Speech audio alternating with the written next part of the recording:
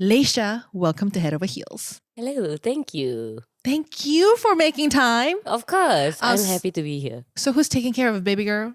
Her dad. Yeah? Yes. So are you happy to have a bit of a time off right now? Yes, I'm always happy to have time off.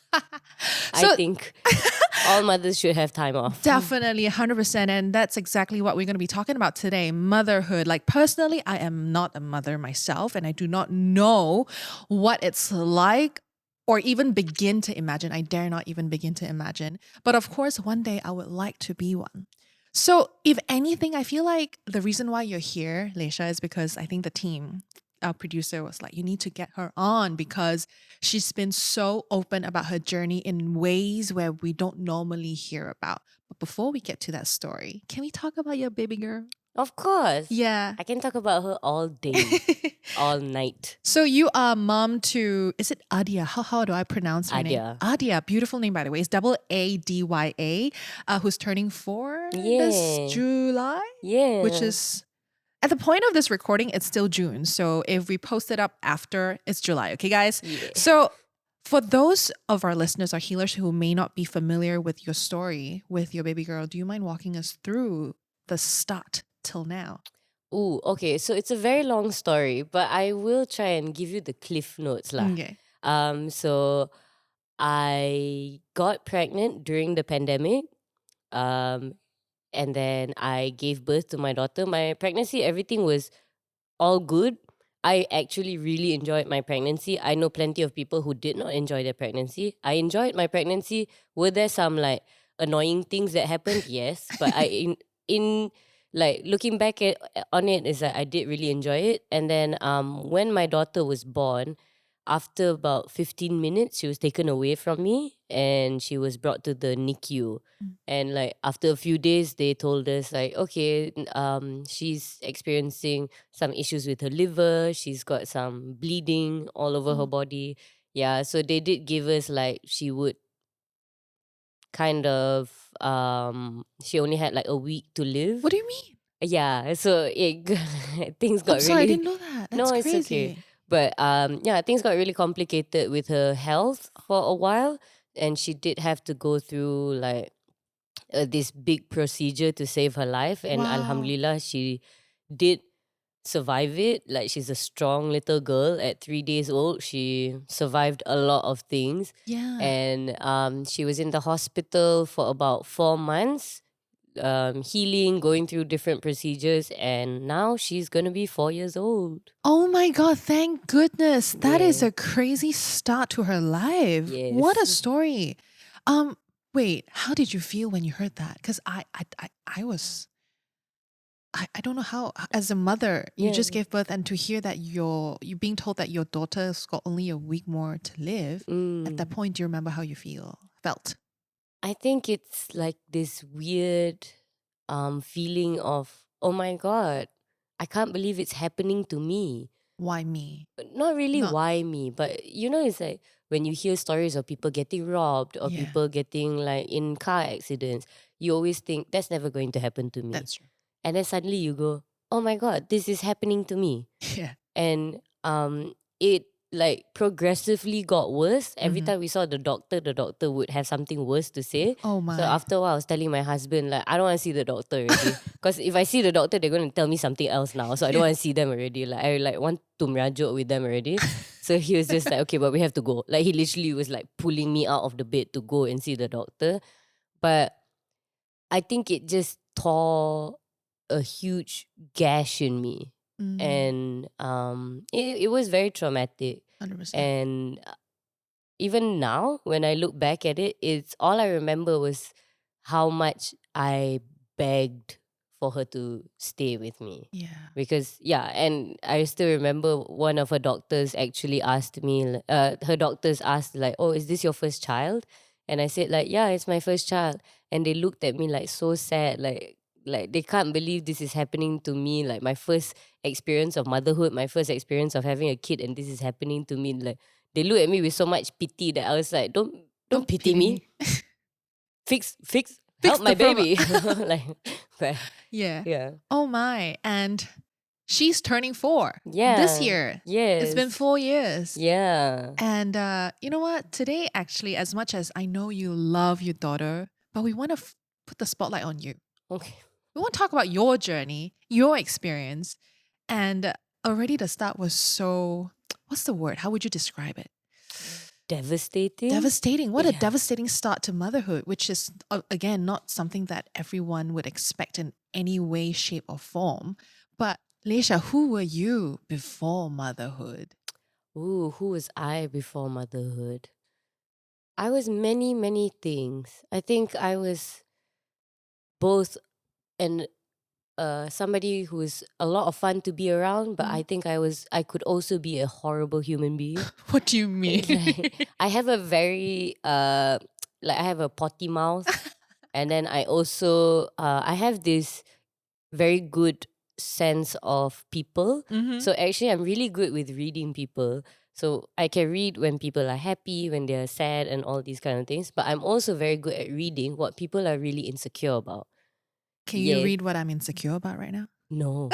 I mean, Not quite yet. not quite yet. A few But more also, it's like something that I don't want to do on purpose anymore. Of course. Like, I used to do it. Because you can put attention to it and like pick Yes. things up, right? Yes. Yeah. But now I don't do it because I'm just like, yeah, I don't know. Maybe I've grown. Maybe I'm an adult now. But it's also like it's something that I used to do to protect myself. Like as a mechanism. yeah, like a not coping mechanism, but kind of like to protect myself, to give me power in spaces where I didn't feel safe. But now I feel safer. So you don't need to do that. I don't need to do that. I protect myself better, you know? That's so nice. Yeah. What about your relationship? You've got a lot of siblings. Oh, Yeah? All girls? yes. And what is it like growing up in a household filled with girls, beautiful, talented girls? It is really not as it's cracked up to be. Really? I think people really think like, oh my God, you guys had like sleepovers and you guys painted each other's nails and you guys like did each other's makeup. And yes, we did all these things, but we also fought like boys, you know? Like we also I think like we also really took our anger out on each other. Yeah. Because we're like, yes, we're 4 girls. We can be deemed as like very good looking. We dress well. We like, you know, jaga diri. Well put together. Well put together Yeah. girls. But in the behind the scenes, we are not afraid to like, you know, get to it lah. Yeah. And yeah, it's interesting because the only thing that I realized is that my father, even though he had 4 girls, he brought us up as boys. So I know how to change a tire. I know how to do like basic plumbing. Yeah. My sister knows how to fix the lights in her house. You know, like we are all pretty good at Doing the handyman work. yeah, handyman work. Because my father was like, oh, I have daughters, so I have to make sure that nobody can take advantage of them. So he brought us up to be super independent women. Yeah. And whether that's a good thing or not, I'm still trying to figure out lah. Yeah. Yeah, you know, like I always say this on a podcast, so much of who we are as a child, it defines who we are as adults. But there are some things where you need to just go through it to learn if it's good or bad or if it serves its purpose, right? Speaking of which, so many sisters in a family. Are they all mothers yet? Yes, they are all mothers now. Really? We are all mothers, yes. Okay. So then my question is, you were not the first one to be a mom then, No. right? Did you at any point of your life dreamt of being a mother? Ironically enough, no. I really like growing up, I never saw myself having a kid. Like I saw myself, I used to like tell people my dreams of like, oh, I want to be 30. I want to have my own house. I want to do art. I want to travel the world. Then they'll be like, oh, what about a child? Then I'm like, oh, see lah. Like, see lah. Like I was never someone who planned ahead for children or like planned ahead for becoming a mother. It was never a like die must be a mom thing for me. Right. Yeah. Yeah, that's so funny, right? Because obviously sometimes for a lot of people, they think motherhood is the final destination. Like you grow up to be a mom, what else are you supposed to be? But as a woman, there's so much more than motherhood, Yeah, to be like very did you honest. grow up like that? Well, my mom will still ask me up to today. I'm not married yet and I don't have a child yet. She will still ask me, how long do you want to wait some more? But like, Mom, I've achieved so much more than just bearing a child Yeah. too. It's like, Like, oh my God, look at all the things I've done. yeah, And you still want me to pop one out just to prove something? yeah, and also not just mothers, maybe like relatives during Chinese New Year, like Mm, typical questions. So when? But I'm mm, like, wait, are you guys? I know they're not invalidating everything else that I've been doing, but like, it's so crazy again in our Asian culture that motherhood is such an important milestone. Is it not? It is, yeah. right? I don't know, It is, but as in like, it is an important milestone for a lot of people, but yes. it doesn't need to be. Yes, it doesn't need to be like a one shoe fits all kind of thing. But can Yeah. I also just say Yeah. these aunties at these gatherings, right? They'll never be satisfied. When I was younger, it was like, oh, bila nak kahwin? Yeah. Bila nak kahwin? Dah kahwin dah? Bila nak ada anak? Bila nak ada anak? Because my husband and I waited like 4 years Right. before having a kid. So bila nak ada anak? I had one kid. And they knew how traumatizing my experience was. 6 months later, bila nak ada lagi? I'm like, oh, so you will never be satisfied. Like Yeah. and it's just realizing like maybe it's not so much a milestone thing. Maybe you just don't really know how to talk to me. Yeah. Like I think it's like these aunties don't really know how to make conversation They're if it just has small nothing to do. talking. Yes. Yeah. And it's just after a while I'm like, oh, okay. This is the level of conversation that you are capable of with me. So okay, I will answer you. Yeah. So now my aunties are like, so bila nak ada anak lagi? I'm like, tak nak. Like, you know. And they have nothing to say to that, right? No. They're like, oh, okay. You know, then I realized like, oh, okay. So it Yeah. wasn't something you expected of me. It was just something like, this is the conversation you thought you'd be having. Yeah. Yeah. But now that you've experienced motherhood, how would you describe it? Ah, I think this is always like people always ask me this question, and I always tell them like motherhood is it is the most wonderful thing I have ever experienced. But I'm not exactly sure I would ever want to experience it again. Huh. Um, it's like if because I've already experienced it, Yeah. and I will be very clear, very honest, that my experience as a mother is very different to a lot of other mothers. Like each mother experiences motherhood very differently. But I think also because, I do have a child that is considered disabled. And I do have a child who had a traumatizing start at life that Yeah. my experiences do tend to differ. So I always question it like, would I, like, if I had the choice, would I do it again? And sometimes on good days, I'm like, yes, I would totally do it again. But there are days where I go like, no, I would not do it again. I'd be very happy to not be a mother. Yeah. But, hindsight is 2020 lah. But motherhood is a wonderful, painful, soul-bearing experience that only the bravest get through. Oh, that's a very refreshing way to put it. Mm. Because I feel like for a long time, especially with social media, I love that more mothers are coming out to share the tough parts too. But it wasn't that way back in the day, say our parents' generation, right? Like you just got to get through it, good, bad.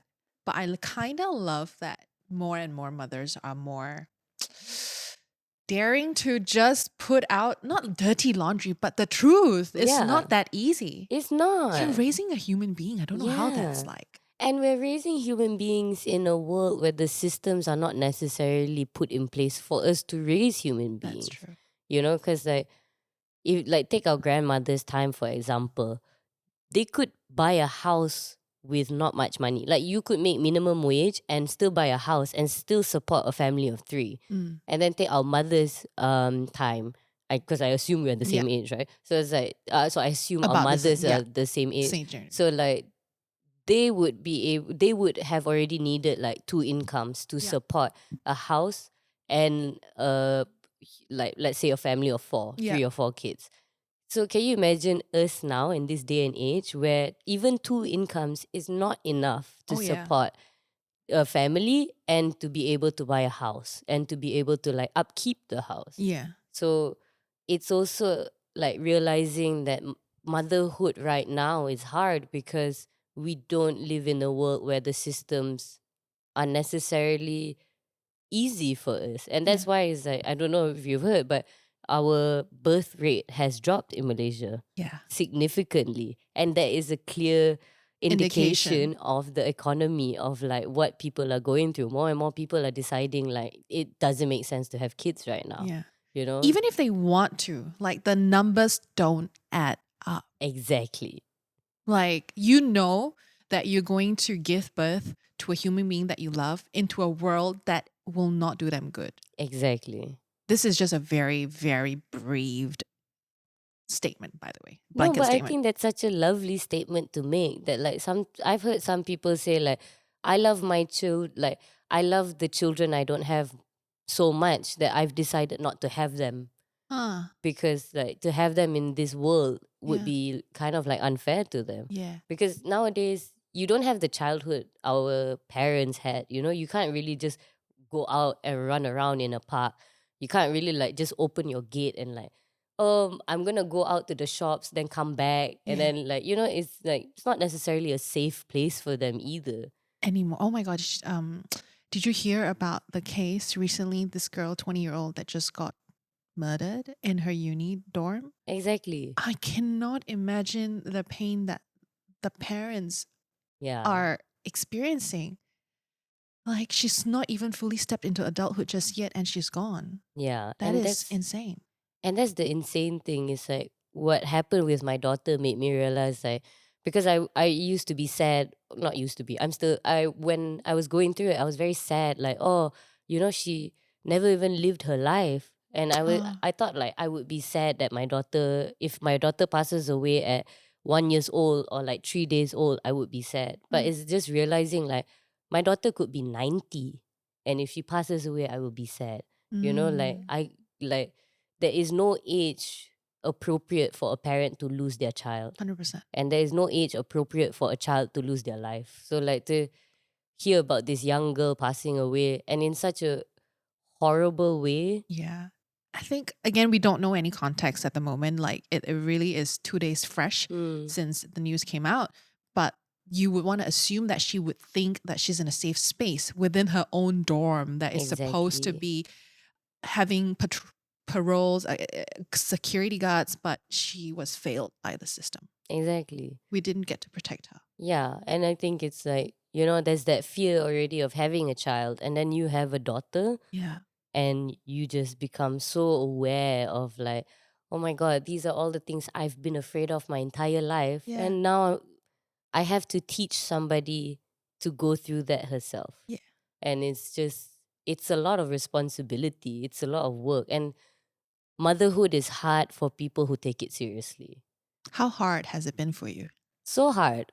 I don't know how to like I always when people ask me like how hard is motherhood, I'm like, just imagine Hmm.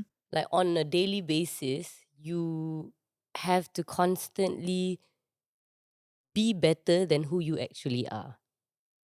Constantly. Constantly because like children don't there's no like off day with children. There is no um mom's gonna take 5 minutes to herself with children, you know, like there is when they get older and everything, but it's like children don't understand the whole like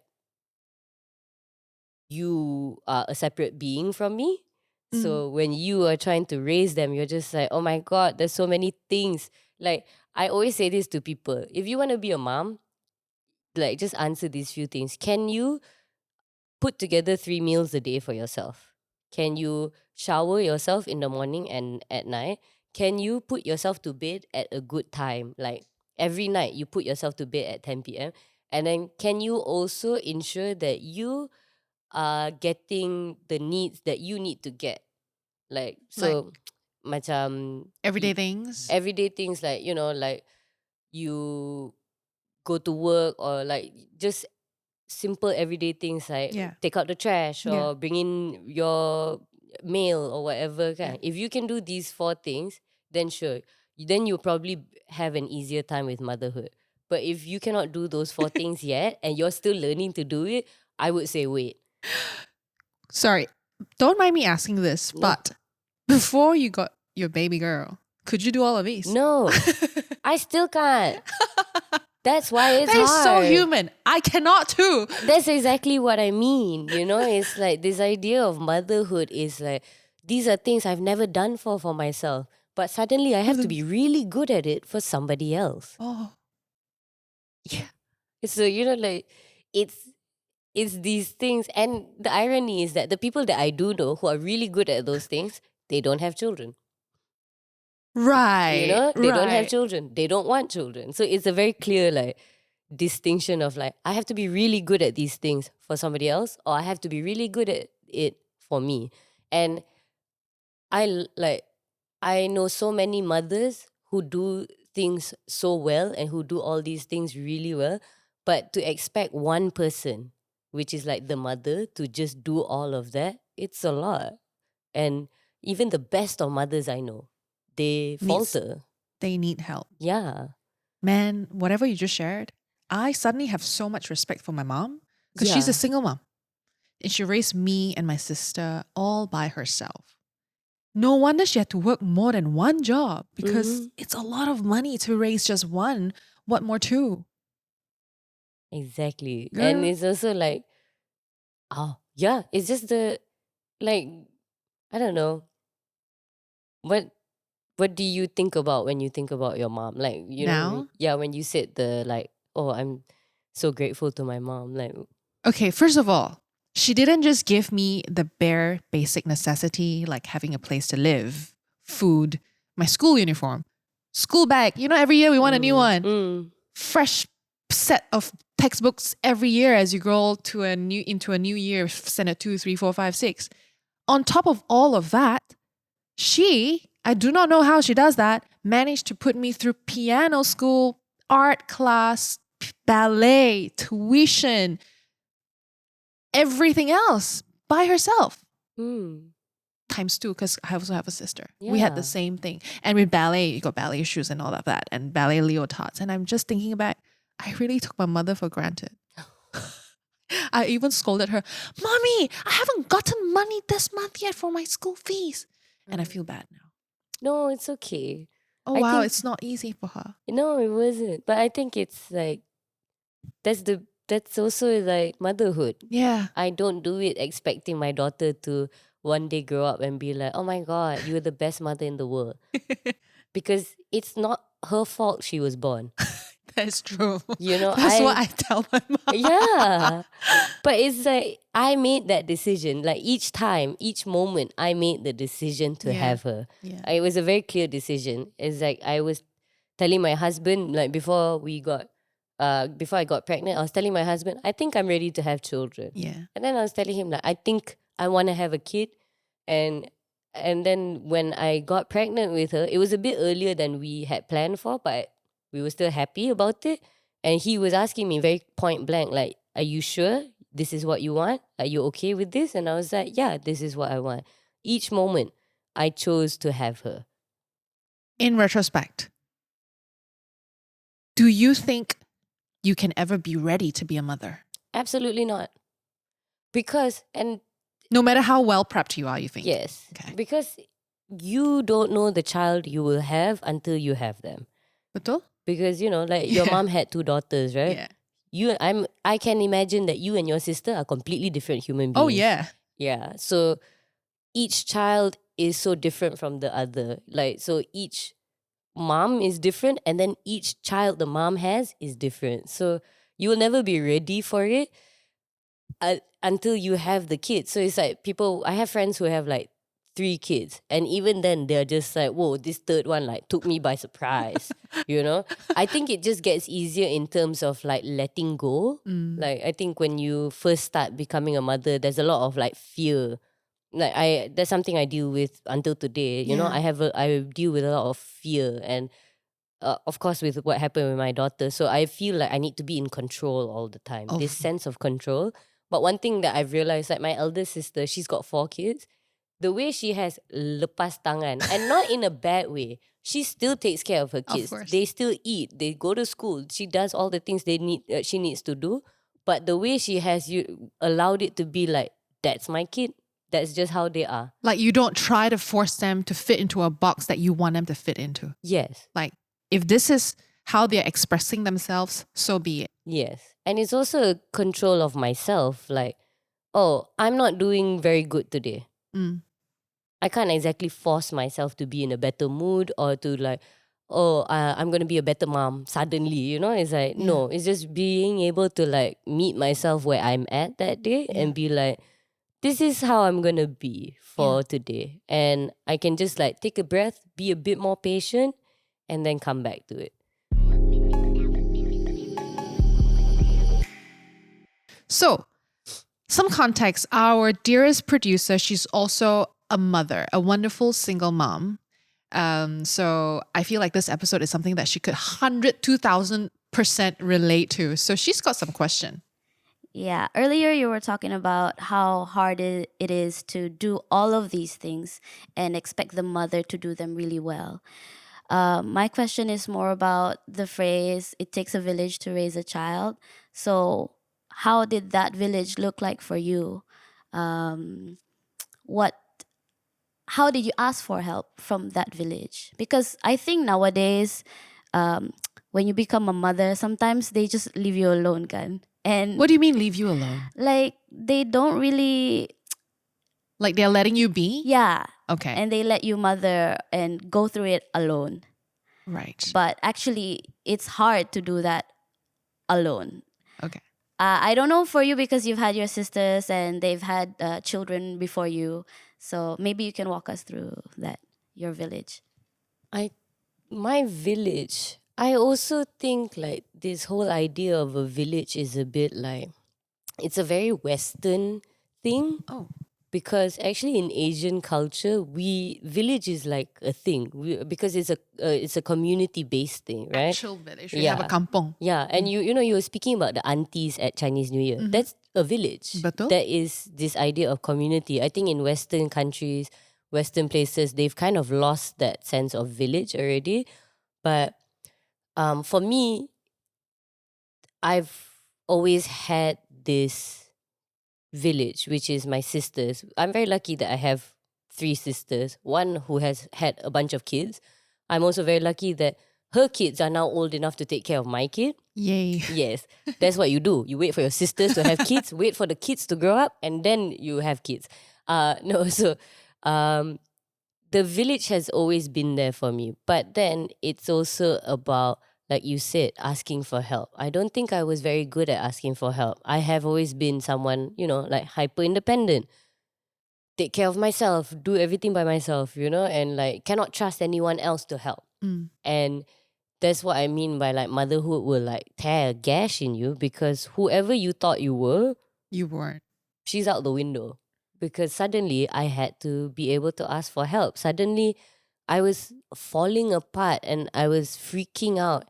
And my sisters were like, what do you want? What do you need? And I was telling them. And then they were like, I'll just come over. It was that simple. It was that simple. And I was like, oh, you mean I can just ask for you to come and help? They're like, yeah. And I was like, okay, sure. And even with my husband, like I would freak out at him like, this is not happening, that's not happening, I can't do any work. Then he was like, okay, I will like call my sister because he's got siblings as well. So he's like, I'll call my sister to come over and help you. And I was just like, oh, that's a thing. So I think it's like not realizing that, for me at least, that my village did exist, it's still there. But it's also that the village will evolve and grow and kind of also disappear because I think it's like it's fun to be the village of a baby. Everybody wants to hang out with the cute little baby. That's true. But then soon the baby grows into a toddler. And then people are a bit like, I don't have time to like hang out with your toddler that runs around all the time. And then the toddler grows up slightly older, they become this weird kid and you're like, I don't really know how to talk to your kid, so I'm gonna step back a bit. But it's also just allowing the village to evolve because right now my sisters are busy with their own kids, so I technically don't really have much of a village anymore. Well, in terms of them, but I do have it in terms of my friends. Suddenly, my friends have stepped up. You know, I have a lot of, alhamdulillah, like queer LGBT friends who have very much chosen not to have their own kids, but through the most beautiful way, they have opened their hearts to my daughter. And almost like treating your daughter like their own. Yes, like they're all like Adia has like how many godmothers, how many like god like uncles, god sisters, you know, like all these things that they call themselves because they love her so much. And I'm still really bad at asking them for help because I don't know why. Maybe it's like, or you know, they're friends, cannot catch our friends. There's But a boundary. There's a there's a like weird little invisible boundary in your own head. Exactly. Yeah. It's in my head. But I've had my friends be like, hey, do you want me to come over and just hang out with you? Or like they'll call me and like, hey, I want to bring you and Adia out for like lepak sessions. Come, let's go. And I'm just like, oh, these are things that can happen too. You know? Yeah. So I think it's having the village is one thing, but also allowing for a village is another. Well, what about mothers who may not have one? Like single moms, for example, who may, you know, come from a difficult relationship that they had to do it all by themselves. How do you think they can find their village? Other mothers? Do you have that? Like, do you know how to, how did you find fellow mothers when you were a mom? I think something that's happening nowadays is like a lot of people will look out for other mothers. Really? Yes. But I do think it's like it's an interesting thing that has happened in our community. I've seen it a lot. I was lucky enough that me and my friend, she we got pregnant around the same time. Yeah. Our kids are born technically like 3 days apart. So when she became a mother, she was very good at making friends with other mothers and like bringing them, like going out, going on play dates and everything. I was very bad at it. But she would invite me out. And I was like, thank God, because I don't know how to do these things. Also, I'm quite introverted. So macam, like sometimes I can spend days in the house just like on end, like, and then realize like, oh my God, I've been in the house for a whole week. Yeah. Okay, time to go out. So she was very good at that. And she introduced me to a bunch of mom friends, you know. And my younger sister, she's actually very good at it as well, where she went out and looked for mom friends. And there's a bunch of mom forums now, mom group chats online where you can join. And like, they tend to be a bit overcrowded. Are you in any of them? No. But that's a preference of mine, and it's really not a thing about them. It's really just like that's how I am with friends. That's how I am with people. I take my time getting to know people. Yeah. I think like I don't necessarily open up to other people very quickly. And it's not so much like, oh, you don't understand what I'm going through. No. It's more like I don't know, protect your peace kind of thing. Yeah. I don't do it very well, but I'm trying. I mean, let's be honest, if you were to join like a support group or whatnot, it's tiring too. It's very time consuming. Let's not talk about a motherhood support group, any kind of support group. You have to like break the ice, introduce yourself. It may not be for everyone. Yes. It may not be. Yes. And I think also sometimes like, you know, I don't know, like, do you remember what it was like for your mom when she was a single mom? You know, my mom had like so many sisters. She grew up in a family of 6. Ooh. So she's got one brother and my math is so bad, sisters? 4 other sisters. And all of them had kids. But she was the first because I'm the oldest. Yeah, so she had to really navigate motherhood all by herself first. Man, I don't really have conversations like this with my mom, but I think I should. Like, I grew up in a very Chinese household, like a very like, we don't talk about our feelings. We go through it and we power through it. Do not speak a word about your pain kind of family. Yeah, so like I knew nothing about my mom's divorce, her pain through the relationship, how difficult it was for her to raise me and my sister. But there was this one conversation I remember very well, because my mom worked overseas a lot. So I was living with my grandma, and me and my sister would share a bedroom in my grandma's house. And she would sleep on the bed, and sometimes we would sleep on a tilam on the ground, Mm. So like that's like a setup of the bedroom. And there was one weekend my mom came home from work. She was working in outstate with a friend. And while my mom was in the shower, her friend asked me. And for context, I think I was about 7 or 8 years old, still quite young. That's quite young, right? Relatively young. Yeah, very Very young. young. Like don't really have much grasp of a idea of life just yet. But 7 to 8, she would tell me, do you know your mummy only eat one meal a day? She only eat chap fan and she keep it for 2 meals so she can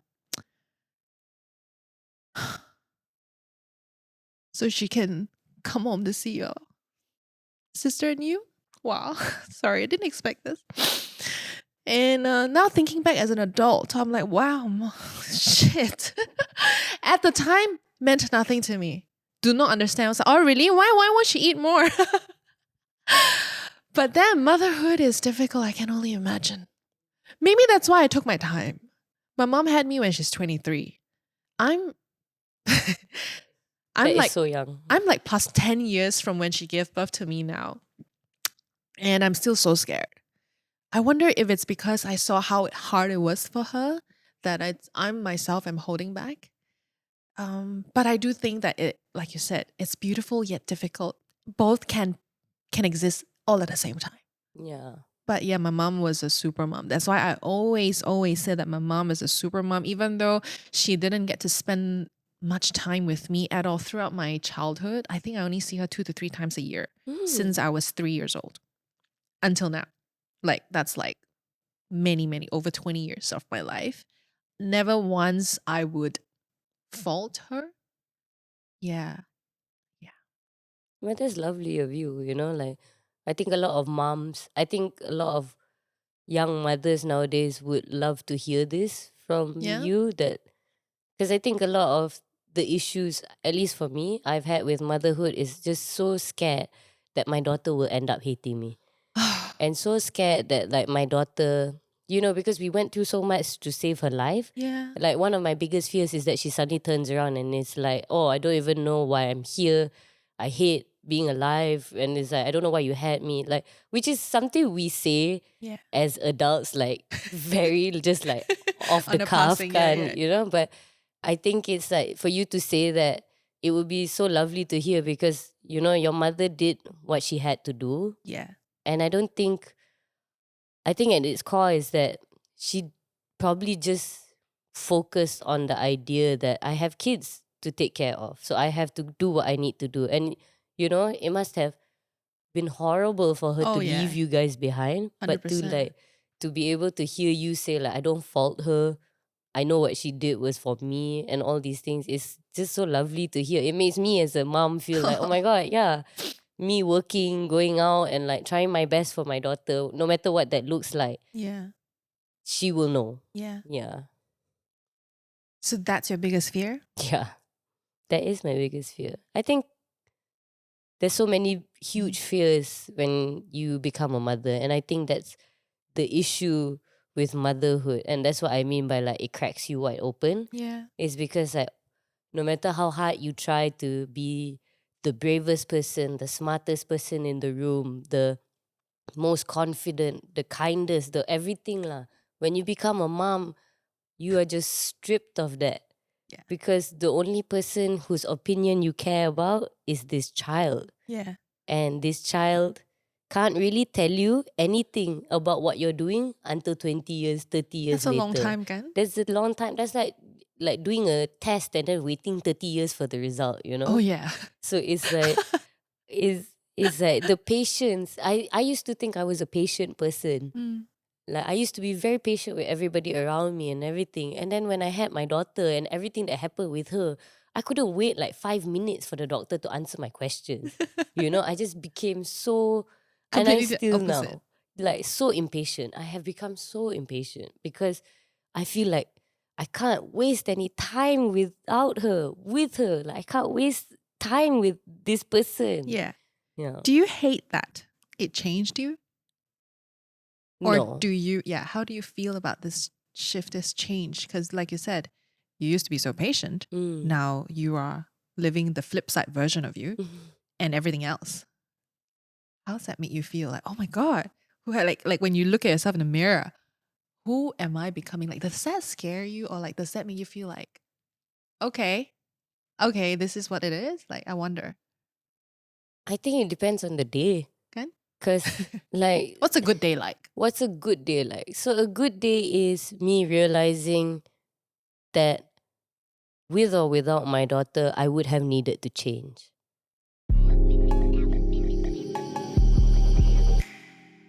With or without my daughter, I would have needed to change.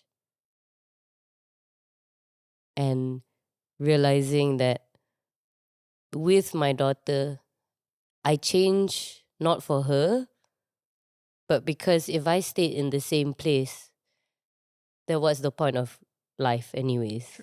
You know? Yeah. Because it's like, I'm 32 now. I don't expect myself to react to things the way I reacted to it when I was 22, with or without my daughter.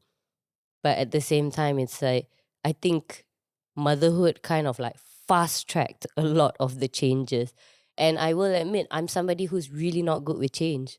Like, I don't like change. And I think it took me a while to like, okay, calm down with change, and like, change is good. So on a good day, I can see that with or without my daughter, I am changing. Growth is a good thing. I will always want to be better. I will always want to change. And sometimes change can mean going backwards for a while. Like, I can devolve before I evolve again. But on a good day, I can look at my daughter and go like, you're growing up, and so is Ma. Oh, do you tell her that? Yeah. Mm. Like I do this thing where I apologize to her. Not like melodrama or whatever, but I do this thing where I apologize to her where I'm sorry. You know, today was not a good day for Ma. That's not your fault. My good or bad days have nothing to do with you. I'm so sorry. I'm making somebody cry behind the You're camera. making everyone cry in the room. See, I'm apologizing to everybody No, now. you know, I've never heard that from my mom. Oh, yeah. So I kind of felt like I heard it now. I hear it now. Yeah, I think it's really important to apologize to our kids. And I think that's something I learned from my own mother. She made mistakes, but she was always very good at apologizing for them.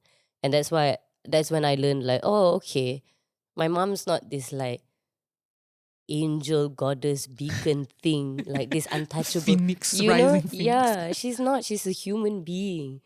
And like allowing myself to remember my mom as this imperfect person allows me to remember like, okay, I can be this imperfect person for my daughter. Yeah. And just, yeah, I will always apologize to her. Like, By the way, just for context, there's a lot of tears in the room right now. Hey guys, thank you so much for tuning in. Now, if you've been here for a while, you would know that we've been growing the podcast on our own for a while now. And one way you can really support us is by subscribing to our channel, following us on social media, and interacting with us. Leave a like, comment, react, anything if any of the episodes resonates with you. Even better yet, if you love it, share it so that we can reach more people like you. I know they're just small gestures, but they mean the world to us, and I know they will leave a big impact. Leysha, I feel like motherhood can really drain a person really quick, really fast. Can? Like from the way you say that there's so much you need to give every single day. yes. So on bad days, how do you keep giving when your cup is empty? I don't. Oh, meaning? Meaning, on bad days, I am snappy. Ugh. Thundering outside. You're snappy? Yeah, on bad days, I am snappy. I am impatient. I am checked out on like really bad days with my daughter. I have to admit, like, I'm really not there for her. You know, I switch on Miss Rachel or whatever TV show she happens to like at the time, and I'm like, you're gonna watch that for a bit longer today because mom needs to check out. And I Mm. think it's like I think for me it's just like allowing myself bad days has also allowed for more good days. Can we just replay that right now? It's almost really like taking 10 steps back so you can take that 2 important steps forward for the next round. Yes. So having a bad day so that you can have more good days. Yeah. That really does put things into perspective. Not just as mothers, as a human being. Yeah. We go through bad days and then so many times we beat ourselves up for it. Like, why am I feeling this way? Oh my God, why am I like this? Yeah, and I will admit I did not show up like to be this version of myself overnight, yeah. I Mm, was that person who, like, there's a term that I just learned, like self-abandonment. okay. It's where you abandon, literally you abandon yourself Yourself. and your needs and your wants.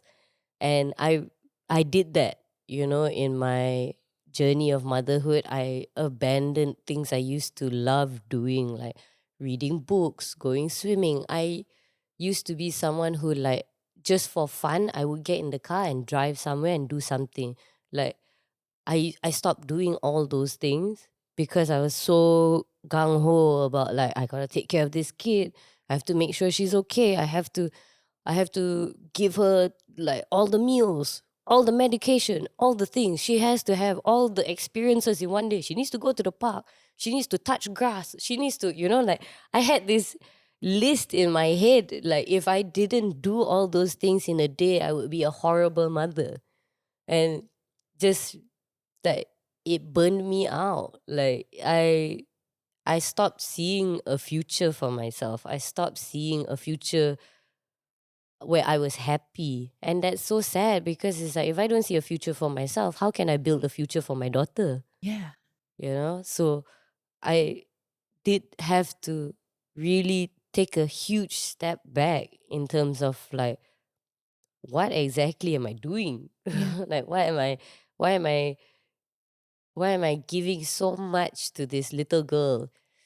And I feel like all I did for those few months was teach her, like, oh, the only way you will ever be happy Mm, is if you completely pour into other people and completely lose yourself. And I don't want to do that anymore. Like, I'm just realizing, like, yeah, you know what? My daughter will see, just like your mom did, yeah. that doing the best that you can while also doing what you want to do is the best thing you can do for your kids. Yeah. Yeah.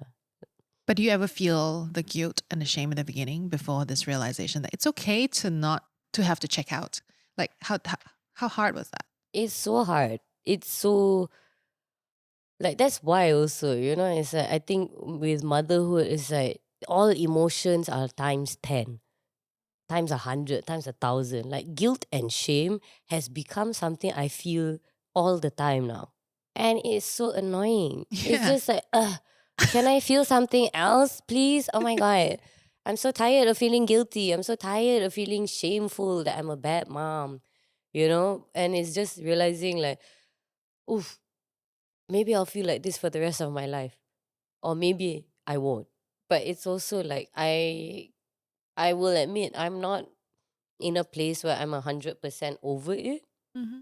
But I think it's like I am actively becoming more aware of, like, okay, this is clearly mom guilt. Mm, What are we gonna do with this? Like, I'm gonna be aware of it. I'm going to make amends for it, which is why I apologize to my daughter a lot.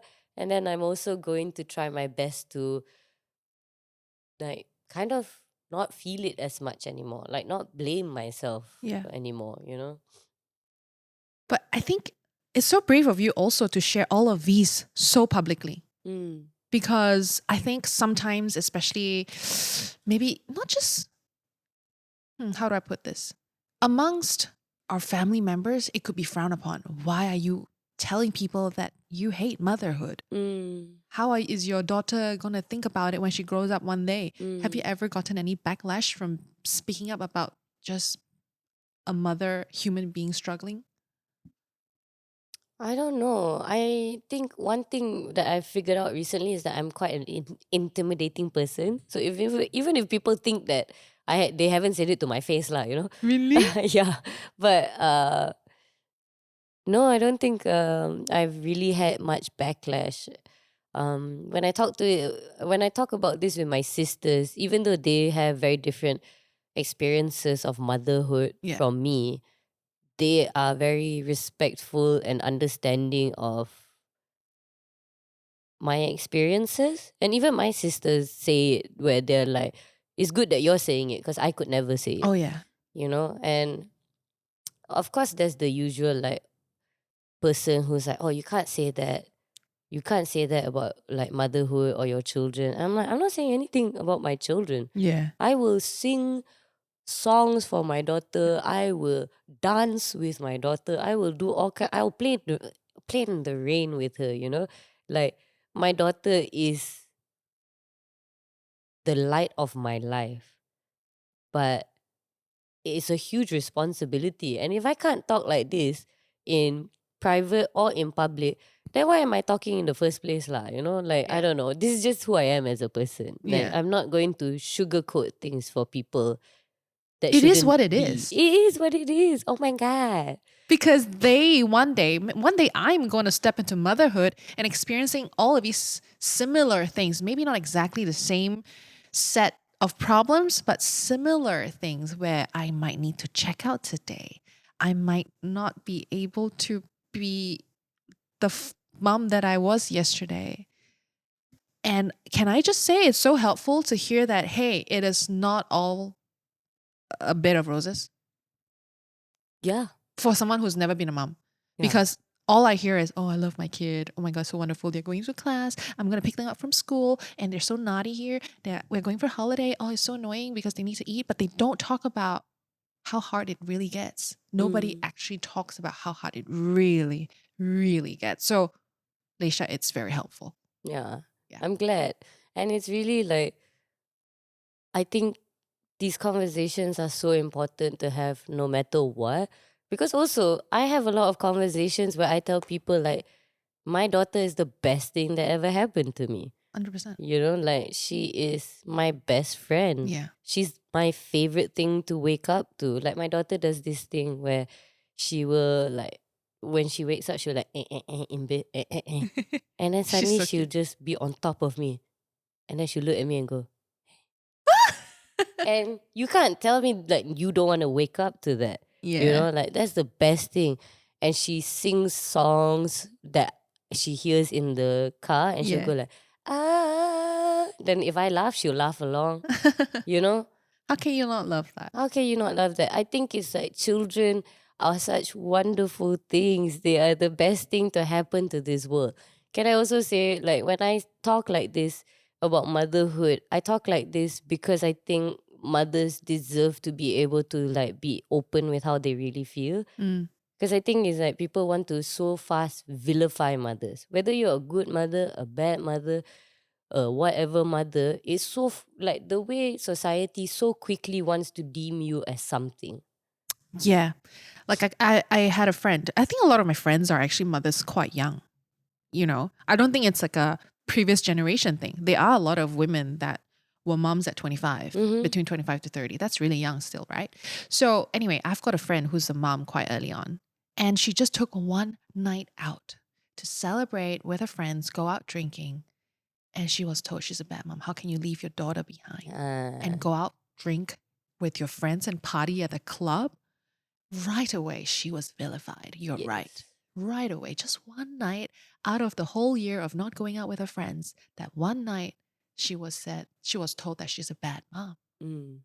And yeah, society is so quick to judge. And I think we need to be kinder. Yeah. And I think it's like, why I talk like this is because I know I don't really care about how other people judge me. And so I'm okay to speak on these things for the moms who might be a bit more scared to be judged. speaking up for them who may not be able to speak up the way you do. Yes. Because in quiet, in like intimate spaces with other moms, you will not hear another mom disagree with me. Like most other moms have not disagreed with me. Yeah. I do have one or two moms who are like, we shouldn't say that. Don't say that, babe. Janganlah, tak baik tau cakap macam tu. And I'm just like, okay, like, that's fair. That's how you feel. That's what you think. I'm not going to force you to say these things. But I've had so many moms come up to me and be like, oh my God, that's exactly how I feel.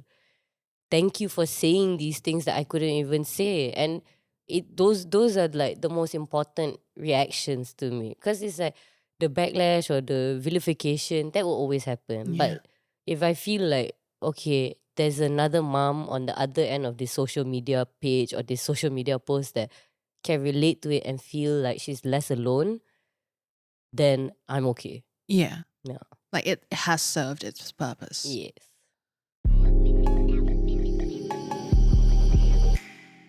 I kind of want to zoom out just a little bit. You know, we've spent quite a bit of time talking about your journey. Now I also want to talk about what are some of the things you've observed as a mother, as a woman, someone who's done the work and is doing the work. Let's be honest, motherhood, now that you've got a kid, is forever. You Yes. can't like check out and Yeah, oh my God. People like, that's one thing I always tell people. You want to have a kid? Please, these are not things that you can just give back. You know? It's not, cannot return. it cannot return. Like, the thing about like having I think people, they kind of like romanticize having a baby. They're Yeah. like, I want a baby, I want a baby, I want a baby. My ovaries exploding. Yeah, and then you have the That's what I baby. say. The baby grow, you know. The baby become person. So baby cannot give back. Like once they're not cute anymore, cannot give back. Cute or not, it's yours. Yes. So it's Naughty or not, it's yours. Yes. That is so true. So if we can turn back time, would you still choose to be a mom? Yes. I would. Knowing what you know today. Yes. I still would. I think for myself at least, Yeah. there are so many things I learned about myself through motherhood that I'm pretty sure I could not have learned any other way. Yeah. And this is not to say like, oh, you can only have a full life if you become a mother. No, no such thing. No.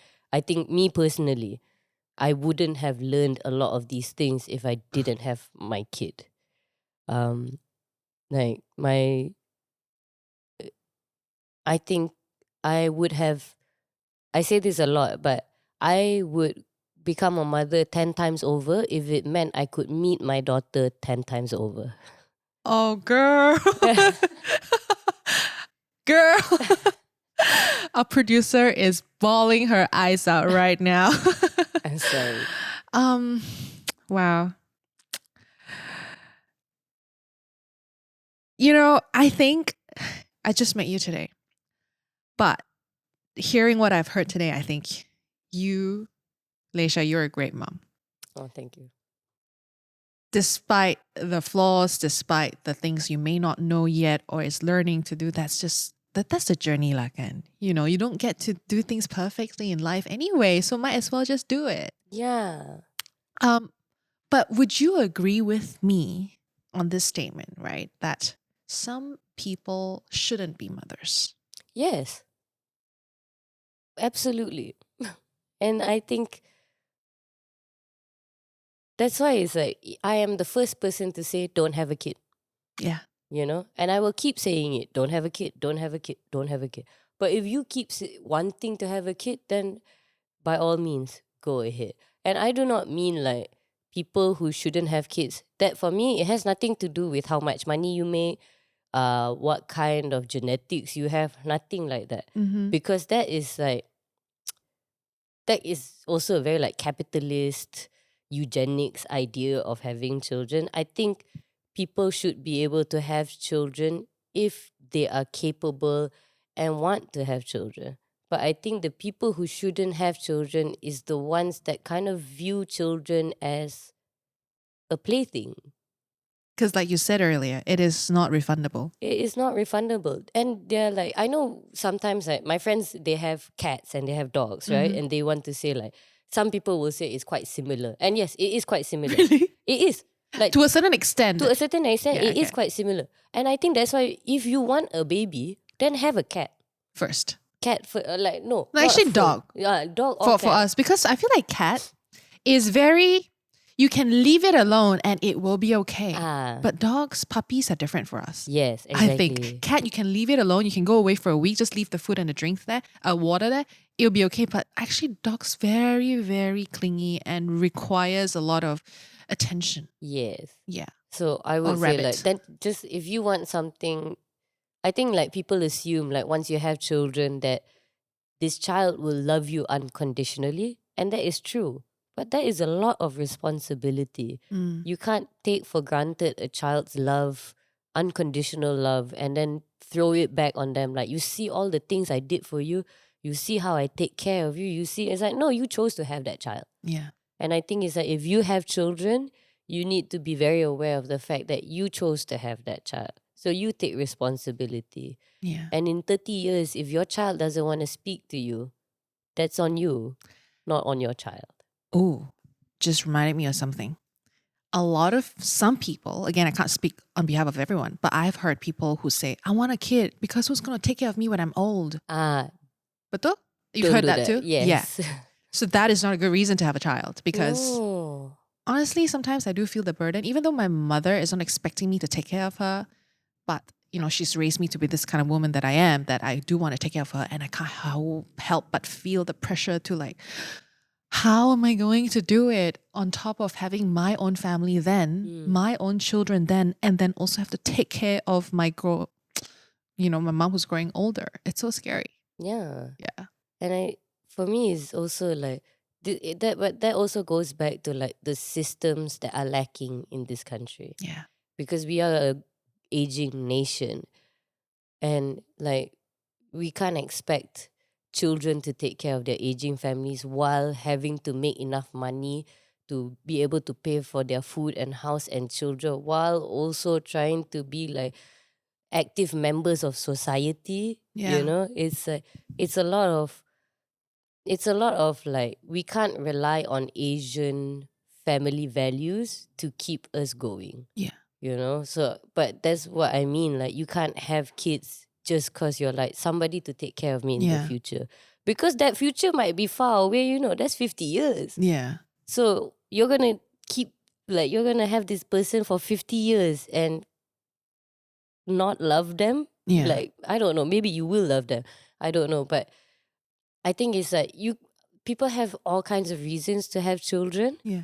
But I think it's like you just need to be able to deal with the consequences later on. Yeah. Yeah. But that's the thing. Oh my God. Sorry, I'm going in circles. But that's the thing about motherhood, that is like, people have told me these things. All these things. They gave me the warnings. It's tiring. You'll be this, you'll be that, da, da, da. But I didn't want to listen. And motherhood is truly one of the experiences. Like, I can tell you, no matter how many things, until you experience it yourself, you will never know. And that's something that like I just always tell other people, because people will always ask me like, oh, how? I'm like, ayo, I'm so sorry. I can tell you until the sun explodes, But if you don't experience it yourself, it's almost impossible, because it's like the fun part of motherhood that you like. I felt like as an aunt, I felt very, oh my God, I love my nieces and nephews. I love spending time with them. Oh my God, let's go do these things. And then, but at the end of the day, I gave them back to their mom. Yeah. And there is this 24-hour cycle. Every day. Every for the day, rest of your life. every millisecond. So I guess maybe the one thing I wish I knew about motherhood, that maybe is like, if somebody told me this, it wouldn't have changed my mind, but I think it would have allowed the transition to be easier, is that like motherhood cuts you in half. Like, my brain doesn't, like some people, they have an internal monologue. Yeah. My brain doesn't talk to itself anymore. It talks to my daughter. Sorry, example? So it's like some people have internal monologues and like how like so my brain before I had my kid is I would think like today I'm gonna go do this and then I'm gonna do that. Now I talk to my daughter like dia, mak nak pergi makan, okay? Lepas tu mak nak mandi sekejap. Lepas tu and it's like and right now I'm away from my daughter. I think in terms of my daughter, I like, oh, I wonder what you're doing, baby. Aw. Are you okay? Mak tengah buat podcast sekejap. So lepas tu mak will call you and then we'll see what we can do later, okay? Like, Yeah.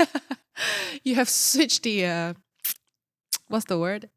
You're talking from a third person. you know, it's like subconsciously, this other person has taken up Your space. your space in your head. Yeah.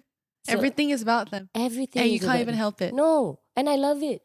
I Yeah. love it. I Yeah. want my daughter to take up space in my head. I want Yeah. her to take up space in my life. I want her to. She took up space in my body. She can take up space wherever she goes. You know, that's what I want for my daughter. Go take up space. Go into the middle of nowhere and take up space. But it's just like a. I'm finding it very funny what makes people cry. I'm so sorry. But I'm so sorry for making people cry. But No, I think it's just in like I think it's just like that would have made the transition better for me. Like that it's going to that's going to happen. yes, that they take up all aspects of space. Wow. Yeah. I'm scared, honestly. Yes, producer. So just to clarify, what are some of the good reasons to want to have a baby? I don't think there's a good reason to have a baby. A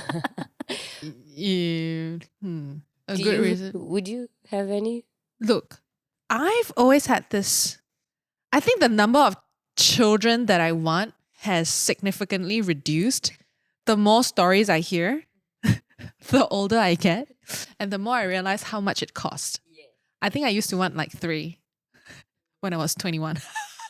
And then 5 years later, okay, maybe 2. Now I just want 1. Right? Like it has significantly reduced. Yes. Will it go down to 0? Maybe. I don't know. I don't know. But again, for me, I feel like again, as a woman, our biological clock is ticking and I can't help it. It is not something I can control. So at some point I'm gonna have to leave it to fate if I can have that child. 1. But yes, I do want 1 child. But then when I tell my friends this, you know what they tell me? Maggie, I tell you. The moment you have 1, you want another 1. Because at some point you will not have the energy to play with them anymore. Yeah. So you pop another 1 to play with them. I'm like, well, that's a weird way to want a second child. That is a I'm sorry, lot. but that's actually what my friend tells me. Oh no, that is a huge reason why people have to. Tell me. That's it. Is that the reason? Yeah. For real? Yeah. Like if you have an only child and I sorry. So I have one daughter and I've always had it in my head like one and done. And it's some more like the traumatizing things that happened with my daughter. I was like, yeah, I'm not gonna go through that again. Yeah. You know, I'm good. But like it does get tiring to play with them because suddenly it's because you go into your whole day, like you work and then you come home and they have children have energy of like 5 billion universes, they're just going. They just keep going. There's no such, and my daughter is quite hyperactive, so some more. She doesn't sit down. So she doesn't get bored. And she's a very curious little thing. So she'll go around and look at other things and all these kind of things.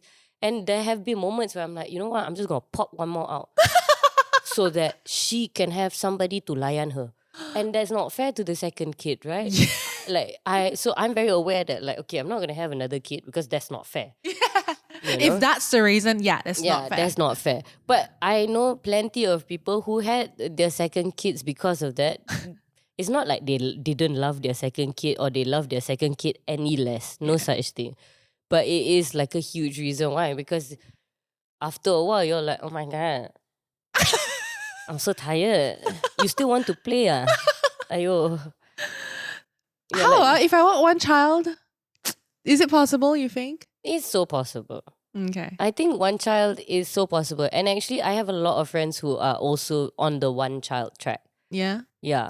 Because they're saying like, what if, then my friends would say, what if they get lonely, like it's very lonely. I'm like, well, I have friends who have kids. I'll just put them to their house. Like, what's wrong with that? Exactly. But also, if they get lonely, okay lah. Learn to deal with it lah. Yeah. It's good for kids to be lonely. It's good for kids to get bored. I think parents overthink this. Like, I also overthought it. Like, I still Yeah? overthink it. But I'm trying to remind myself, like, it's okay. Let her be bored. Because in boredom, you know, I'm an artist, Yeah. right? So it's like when you get bored, that's when you Most become creative. Look, I know this is something silly to say, but I've been on the lookout for single child. Like, I interviewed them. So how? Like, growing up, was it lonely for you? Like, do you feel lonely right now? Who do you talk to when you have a problem?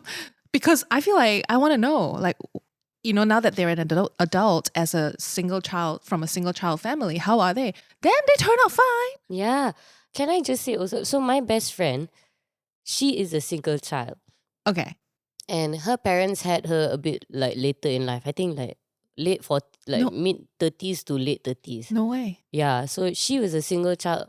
And we were best friends in high school. We're still very close friends, but she is a like what do you call it? Like a successful architect in Berlin now. Damn, girl. And I say this, her parents weren't like well off because she was a single child. They had enough money to care for her, send her to the schools she wanted. Yeah.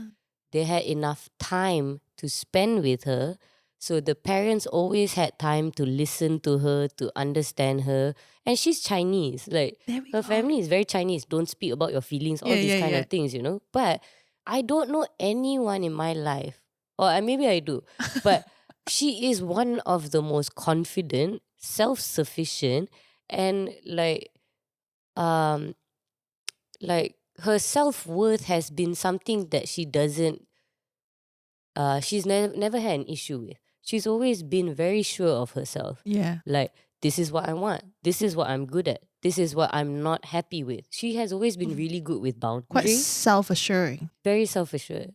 I think the upbringing is important as well. Yes. And I think that is also kind of like my personal a perspective about I know how much it costs today Yes. to raise a child. And I think I can maybe really afford a good life with one child. Yeah. Because I also want to keep some for myself. Exactly. And happy mothers make for happy children. There we go. I'm going to stick Yeah. to my plan at the moment. We'll see Yes. in a few years' time. Because it's very clear. You look at any kid, you see like read any articles about children who bully other children. Why Yeah. do they do that? Unhappy household. Unhappy households. And Yeah. it's just like it's very clear. You want a happy kid, you need to be happy. Oh, yeah. Amen to that. Yeah. You need to do the things that make you happy.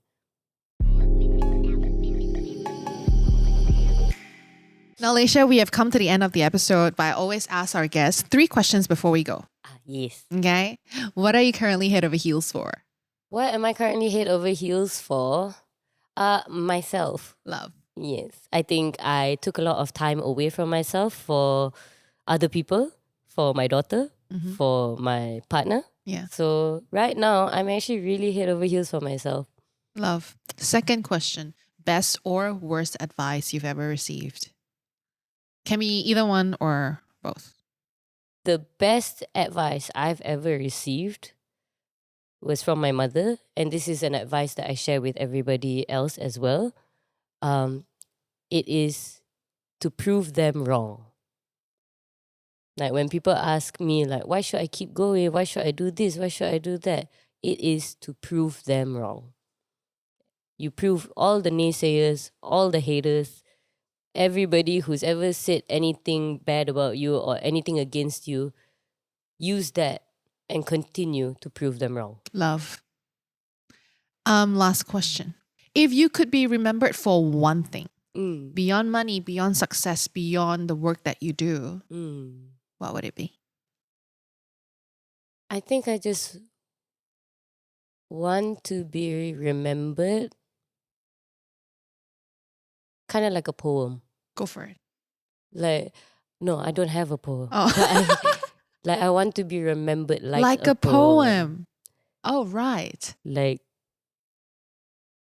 you don't necessarily remember the words to it, but you carry the thoughts and the lessons of it with you. If that makes sense. That is That is by far the most unique answer we've gotten so far. Like a poem. And I sure do hope that our healers and our feelers would remember you like a poem from this episode. Yes, please. Thank you. Leysha, it has been such a pleasure to have you on. And man, I don't even know where to start to say thank you for sharing what you did. You got so many people crying. I don't think I've seen these girls cry this much in any episodes, by the way. I'm so sorry. And it's not good or bad. It's just, like we felt things. Yeah. And I think this episode is going to make a lot of people feel different things at different points of the episode and their lives. So thank you. Oh, thank you so much, Maggie. I think I had such a wonderful time. You're such a wonderful, warm, kind host, Like like just you being so vulnerable with me also, it allowed me to be vulnerable with you. So thank you. Thank you. And like I always say, don't forget to fall head over heels for yourself first and always. And we will see you guys in the next episode. Bye-bye. Head over heels. Head over heels. Head over heels. Head over heels. Head over heels.